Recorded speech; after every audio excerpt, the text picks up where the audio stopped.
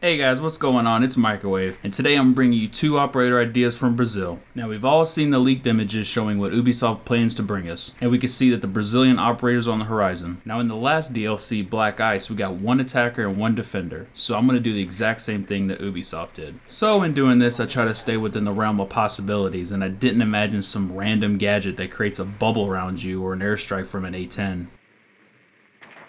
Now, I believe that these are completely feasible and wouldn't require a huge revamp of the game, so let's check it out. So I'll start with the defender. I'll call him Dardo, which is Portuguese for dart. Alright, so currently in the game we have two traps. One that instantly kills and has a very visible red laser beam, and it also has an orange spike peeking through the other side. So I'm going to classify it as a high risk, high reward gadget. So there's a huge chance that the enemy will see it and shoot it. However, in the likely event that they don't see it, it's an instant kill with no more effort required of Capcan. Now, Frost Trap is a little bit more inconspicuous, but it doesn't kill them. Instead, it puts them in the down but not out position. So you have to follow up with your bear trap. So I'm gonna classify as a medium risk, medium reward gadget. Alright, so currently we don't have a low risk, low reward gadget for the defenders. I'd also like to add that Bandit's car battery on barbed wire is not considered a trap, so I'll just stop you there. So keeping in line with the whole low risk reward thing, I'd like to see 3 traps that could be attached above a door or window. So when an enemy steps into the entry point, that operator will have a few poison darts dropped on top of them. Now the trap would look like 5 or 6 bamboo shafts on top of the door, and it would also peek down over the doorway just a tad, so that way the attackers can at least shoot it from the other side. It also won't have anything protruding on the other side of the door or window. Now this won't kill you or anything, but it will do 45 damage over a period of 15 seconds. Every 3 seconds, 9 damage will be applied to your operator. You will also shout alerting your position, because I'm pretty sure poison dropped on top of you wouldn't feel good, so I'm sure you would shout as well. Now this would kind of work like Smoke's gas. When you walk into Smoke's gas, you start choking and coughing. You would pretty much be shouting so everyone can hear you. So even if you stepped into 2 traps, you will not die from it. The key part of this is not the damage, but alerting your position to the enemy. So after you get the poison dropped on your head and alerting the enemy, you'd pretty much just run away for 15 seconds. That would allow the defenders to reposition. Now Dardo would be a 2-2 operator and carry an AK-74 with a collapsible stock, or he can carry a Spaz 15 shotgun and a Glock 19 for a sidearm. He would also resemble a guerrilla fighter. And for his other gadgets, he would have a shield and a barb so that way he can utilize them underneath his traps. Now on the attacker side, we would have através, which means through in Portuguese. So this guy would place an ammo canister at the beginning of the game. This would allow everybody to reload all their magazines with armor-piercing rounds.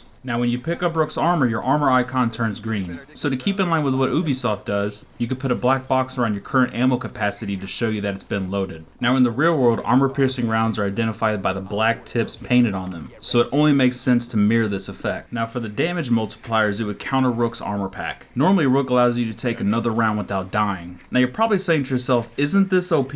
Well, just check out what the pros do. These guys talk constantly about aiming for the head, and to utilize fast spraying weapons for a higher chance to land that one hit or quitter. So Rook's armor doesn't protect your dome piece from taking rounds to the face. So I don't think this attacker would be too overpowered. Now there's another reason why I think he'd be a good operator. First off, Rook is almost picked every single round. All the pros tell you he's a staple in the current meta. Now to get this dude in your party, you would have to replace a core. Currently, North American teams favor aggression as opposed to the slow and steady meta of the Europeans. So in North America, the cores end up being Thermite, Thatcher, Asher IQ, Sledge, and Twitch. And the same on the European side, except for they add Blitz or Montaigne instead of IQ and Ash. Now of course, every team does their own thing because of their own play styles, but this is what I've been currently seeing in the Pro League streams. This would help some of the operators with slow firing weapons, as well as perhaps shift the meta a little bit. Now this operator would be a 1 in 3 because he has to carry an extra canister of ammo. He would also roll with an FN Mini-Me or a Para FAL. He would also use a Glock 19 just like Dardo for his sidearm. And his gadgets would be flashbangs or smoke grenades. And so yeah, that's all I got for you guys. I hope you guys really enjoyed it, and as always, if you liked it, give me a thumbs up. And if for some reason you really liked it, you should tap the subscribe button like it's hot. See you guys next week, and thank you so much for watching.